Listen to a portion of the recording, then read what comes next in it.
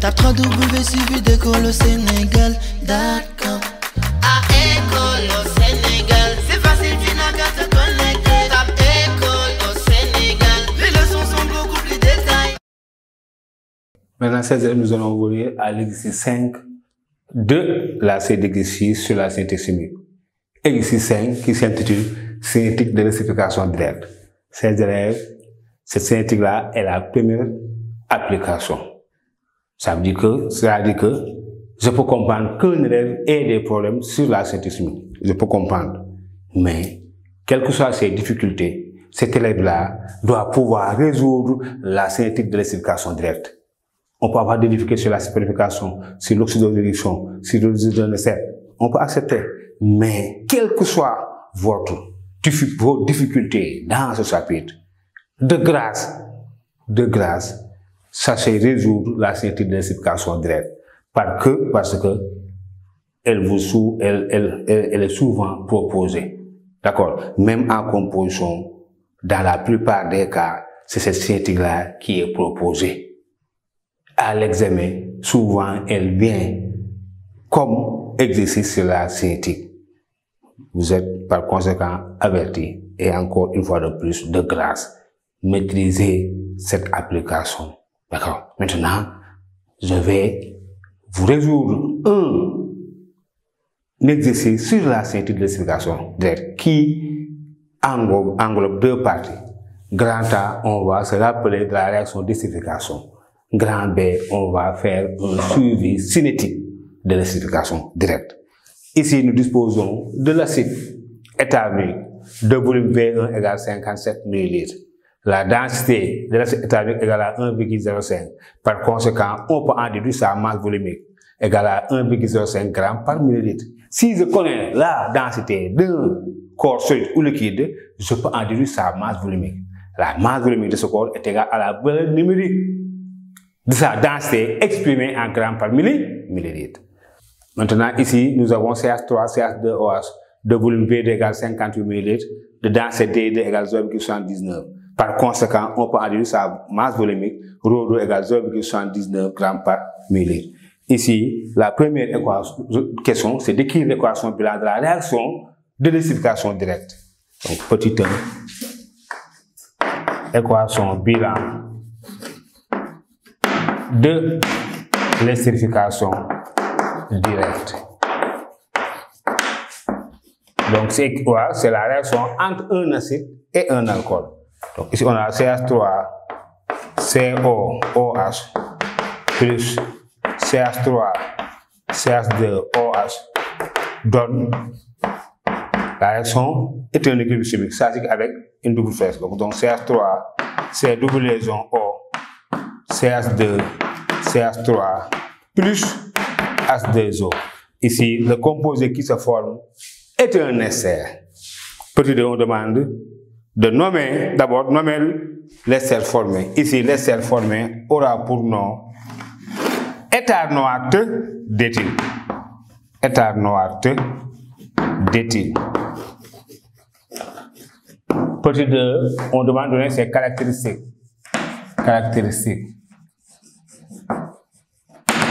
Ces élèves, je suis en train de corriger la composition de beaucoup d'élèves. Beaucoup d'élèves vont composer en synthétique sur l'explication directe. Je suis en train de corriger un de leurs exercices. L'exercice qui est relatif à la synthétique chimique. N'allez pas en composition sans maîtriser la synthétique de l'explication directe. À 80%, on va vous proposer cette application-là. C'est bon. Caractéristique, l'explication directe, elle est lente, limitée et atténuée. Ce sont ses principales propriétés, caractéristiques. C'est bon. Maintenant, pour toi, on demande quel est le rôle joué par l'acide sulfurique. Dans ces réactions, on a ajouté quelques gouttes d'acide sulfurique. On demande maintenant le rôle de l'acide sulfurique. Ici, c'est l'acide sulfurique joue le rôle de catalyseur. Petit 3. l'acide sulfurique joue le rôle de catalyseur.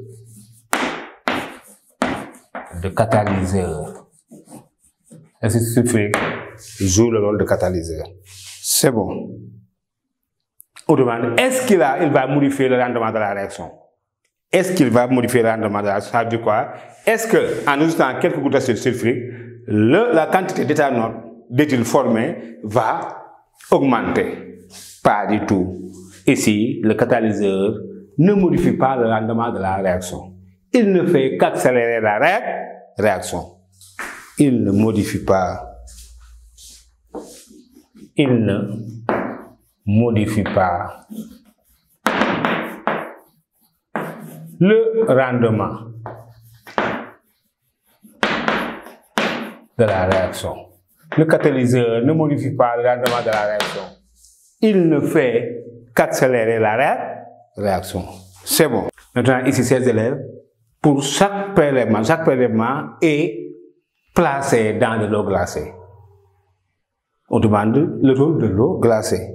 Ici, on plonge les ampoules dans de l'eau glacée pour arrêter la réaction, dans le but d'apprécier à sa juste valeur la quantité d'ester formée ou bien la quantité d'un des réactifs disparu. C'est pour bloquer la réaction et apprécier à sa juste valeur la quantité d'ester formée ou bien la quantité d'acide éthanoïque ou d'éthanol disparu.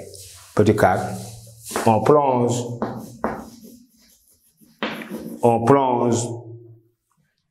les ampoules dans de l'eau glacée. Les ampoules dans de l'eau glacée.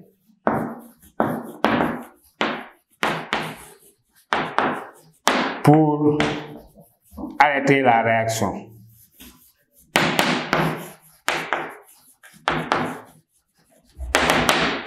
Afin d'apprécier à sa juste valeur la quantité d'ester formée ou bien la quantité d'acide éthanoïque ou d'éthanol disparu. C'est ça l'utilité de l'eau glacée. Maintenant, on demande de nommer cette opération. Quel est le nom de cette opération? Comment appelle-t-on le fait de plonger les ampoules dans l'eau glacée? Cette opération-là est appelée la trempe. 2 points, c'est la trempe. C'est la trempe. Trempe, du verbe tremper. Tremper. On trempe les ampoules dans l'eau glacée. C'est bon. Petit 5, qu'est-ce qu'on demande? On demande de montrer que le mélange réactionnel est équimolaire. Montrons que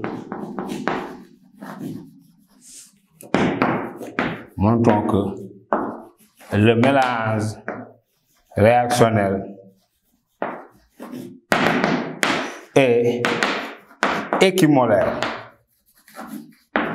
Donc, on va calculer ici un mélange équimolaire si les réactifs ont le même nombre de moles. On va calculer le nombre de moles d'acide éthanoïque et le nombre de moles d'éthanol et ensuite voir NCH3 COH égale à M1 sur grand M1.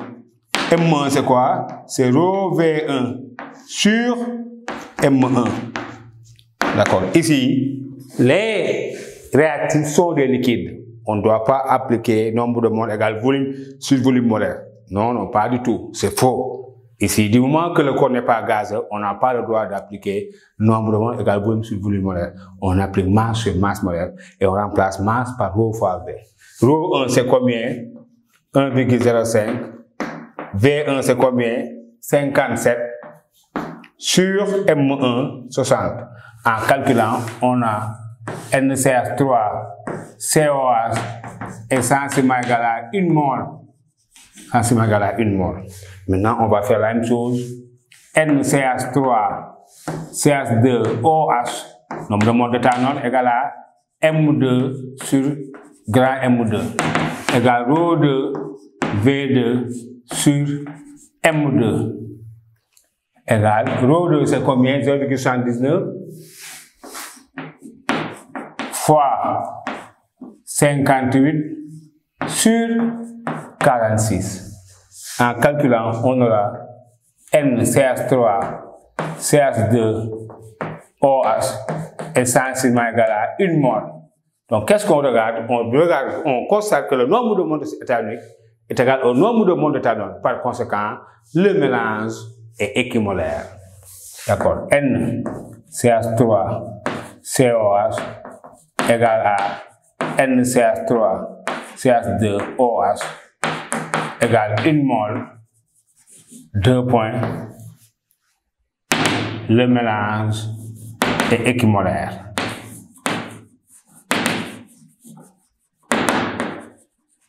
Le mélange est équimolaire. C'est bon. Maintenant, ici, 6, petit 6, on dit que AT égale, AT égale 45 minutes. Le nombre de moles d'ester formé égale 670 millimoles. Rectifié, rectifié dans l'énoncé, c'est pas 670. Si c'est pas 67, mais c'est 670. On demande de calculer le rendement R de la réaction. Calculons le rendement R de la réaction. Ces élèves, qu'est-ce qu'on sait? On aura, en quelque sorte, c'est la limite de stérification qui est demandée, c'est-à-dire le pourcentage d'alcool estérifié. Donc, ici, on aura rendement égale nombre de moles d'ester fois 100 sur nombre de moles d'alcool égale 0,67 fois 100 sur 1. On trouve R égale à 67%. Ici, on demande après de conclure. Ici, R égale 67%, ça correspond à l'estérification d'un alcool primaire. Et l'éthanol est bien un alcool primaire. D'accord? Donc ici, 2 points, c'est-à-dire que l'alcool utilisé est de classe primaire. D'accord? Rendement égal 67%, dans le cas d'un mélange équimolaire, correspond à un alcool primaire. C'est bon. 6,2, ça c'était 6,1. 6,2, on demande de calculer la masse d'ester formée. La masse d'ester formée. Ici, masse d'ester, masse égale nombre de moles fois masse molaire. Donc la masse d'ester formée égale nombre de moles d'ester, c'est combien? 0,67 fois la masse molaire de l'ester éthanol d'éthyle, on trouve 88. En calculant, on trouve ces élèves 58,56 grammes. D'accord, donc ici la masse d'ester formée est égale à, d'accord, 6,3. Il est demandé 6,3 de calculer de la constante de la constante K de réaction. Constante K de la réaction. K égale dans ce cas nombre de moles d'ester fois nombre de moles d'eau sur nombre de moles d'acide éthanolique fois nombre de moles d'alcool. Et dans l'expression de K, les nombres de moles sont celles à l'équilibre et non initial, non disparu, c'est-à-dire les nombres de moles formés et restants.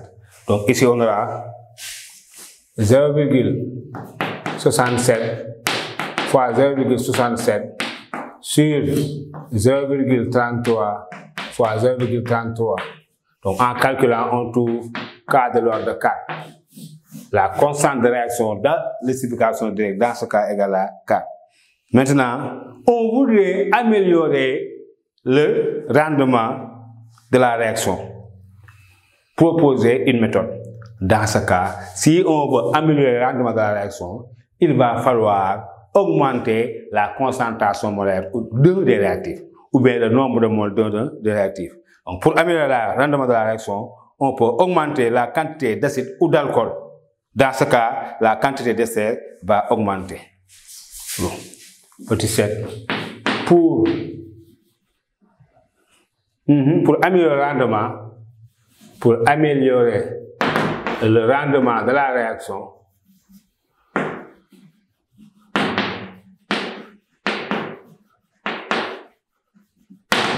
on peut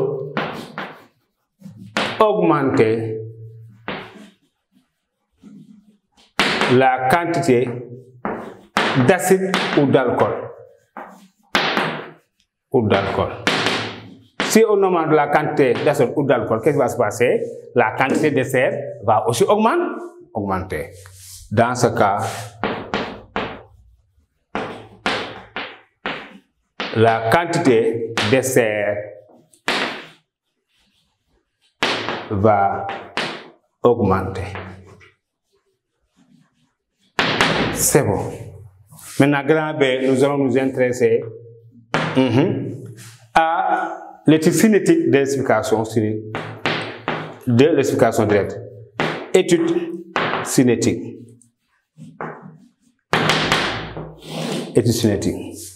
Donc, on demande de définir les mots suivants. 1. Définir les mots suivants. Quel mot? Il y a cinétique chimique.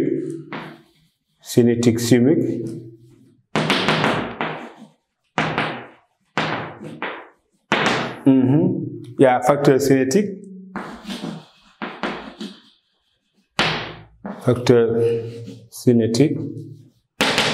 Il y a quoi encore? Oui, il y a vitesse instantanée de réaction. Donc ici, c'est quoi la cinétique chimique? De façon très simple, à notre niveau, on dira que la cinétique chimique est une partie de la chimie qui étudie les vitesses d'évolution des réactions chimiques. Une deuxième fois, la cinétique chimique est une partie de la chimie qui étudie les vitesses d'évolution des réactions chimiques. Une troisième et dernière fois, la cinétique chimique est une partie de la chimie qui étudie les vitesses d'évolution d'une réaction chimique. C'est bon. Maintenant, qu'appelle-t-on facteur cinétique? C'est-à-dire un facteur cinétique est une substance qui modifie la vitesse d'une réaction chimique. Un facteur cinétique est une substance qui modifie la vitesse d'une réaction chimique. C'est bon. Maintenant, la vitesse instantanée d'une réaction, c'est quoi? Il y a la vitesse instantanée de disparition, il y a la vitesse instantanée de formation. La vitesse instantanée de disparition est égale à l'opposé de la dérivée par rapport au temps du nombre de moles du réactif disparu. Ou bien, dans le cas de la formation, on dira que la vitesse instantanée de formation d'un produit est égale à la dérivée par rapport au temps du nombre de moles du produit formé. C'est bon. Maintenant, 2.1. Ici, l'examinateur a proposé une courbe. L'examinateur a proposé une courbe. Donc ici, la courbe, l'examinateur a tracé la courbe à votre place. Vous avez une courbe qui vous est proposée. La courbe de formation de l'ester, ici N-ester formé. N-ester formé.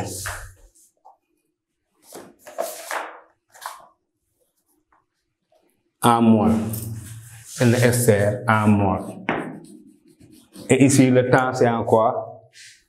En minutes. Le temps est en minutes. Donc, rappel, vous avez l'énoncé devant vous. Hein? C'est ça le changement.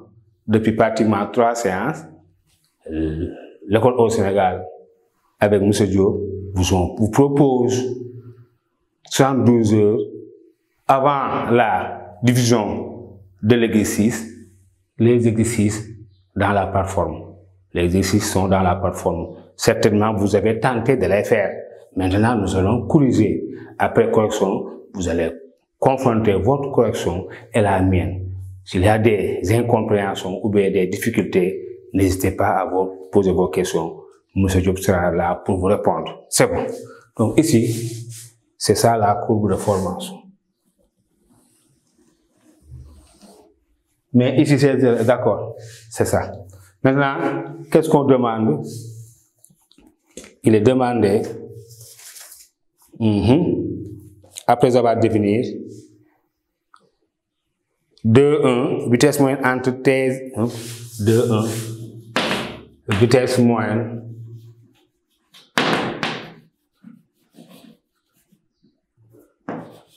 entre T égale 0, T0 égale 0, et T1 égale à combien?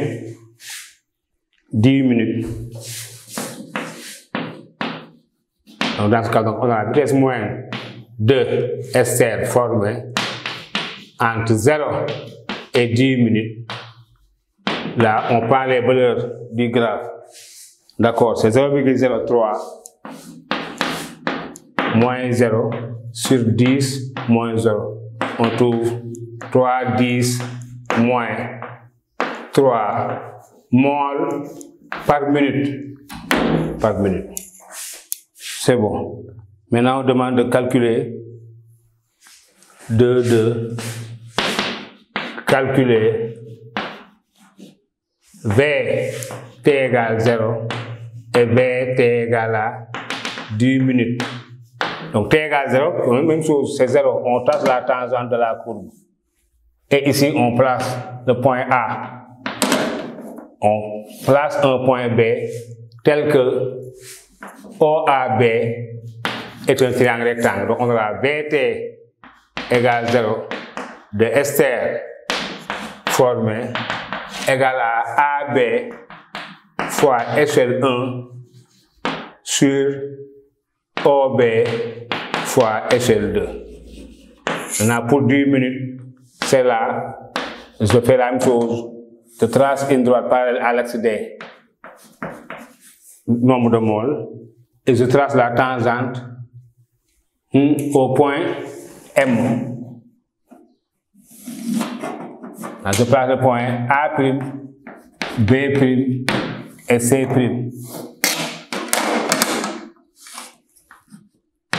Donc, on aura dans ce cas Vt égale 10 minutes de l'essai formé égale à B', C' fois échelle 1 sur A', C' fois échelle 2. Fois échelle 2. C'est bon.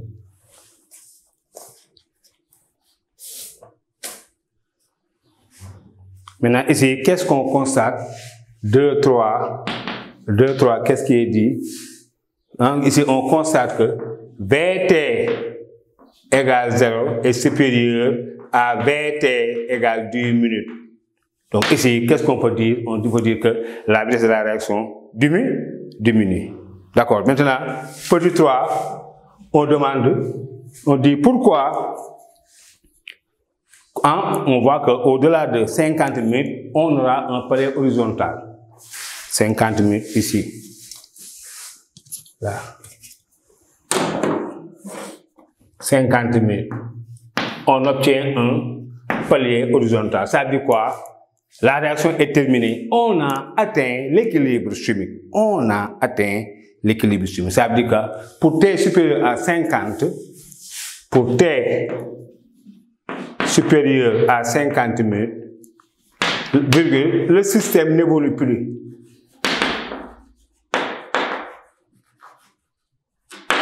Pourquoi? Parce que l'équilibre chimique est atteint. Le système n'évolue plus parce que l'équilibre chimique est atteint.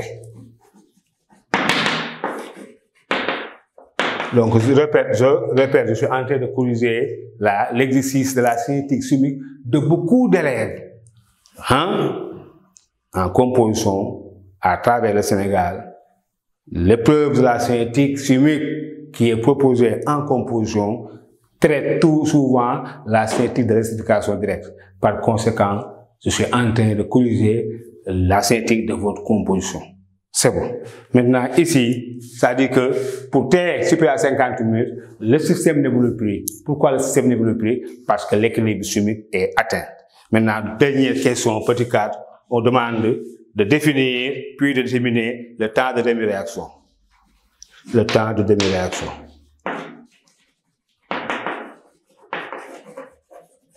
Chers élèves, ici, là aussi, vous ne manquerez pas de répondre à une telle question. C'est quoi le temps de demi-réaction? Dans le cadre de la formation, c'est le temps au bout duquel la moitié du nombre de moles final de l'ester s'est formé. Si on avait une courbe de disparition, on aurait dit c'est le temps au bout duquel la moitié du nombre de moles initial des réactifs limitants a disparu. Je reprends. Dans le cadre de la formation, on dira le temps de réaction est le temps au bout duquel la moitié du nombre de moles final d'un produit s'est formé.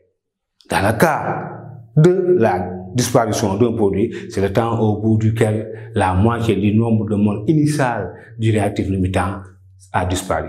Ici, comme on est dans le cadre de la formation, on dira le temps de réaction est le temps au bout duquel la moitié du nombre de moles final de l'ester s'est formé. Et ce temps-là est déterminé graphiquement. Ici, comment déterminer ça? Donc, le nombre de moles final, c'est ça. Formé, c'est cette valeur-là. NSR final. Que je divise par 2. J'aurai quelque chose comme ça. Là, oui. NSR final sur 2. Et je prolonge. Et d'accord. Comme ça, maintenant, graphiquement, en faisant le. En terminant graphiquement, on voit que T1 demi est environ de l'ordre de 10 minutes. Ça veut dire que à T égale à 10 minutes, la moitié du nombre de moles final de l'ester s'est formé. Donc, ces élèves, voici l'exercice 5, très intéressant, que tout terminal S doit pouvoir faire. Donc, je vous conseille de reprendre pour avoir la main au jour où la cinétique de l'explication directe vous est proposée comme un exercice de la cinétique, vous ne serez pas dépaysé, vous serez en mesure de répondre aux questions posées. Tape www.suividecolosénégal.com. À École au Sénégal.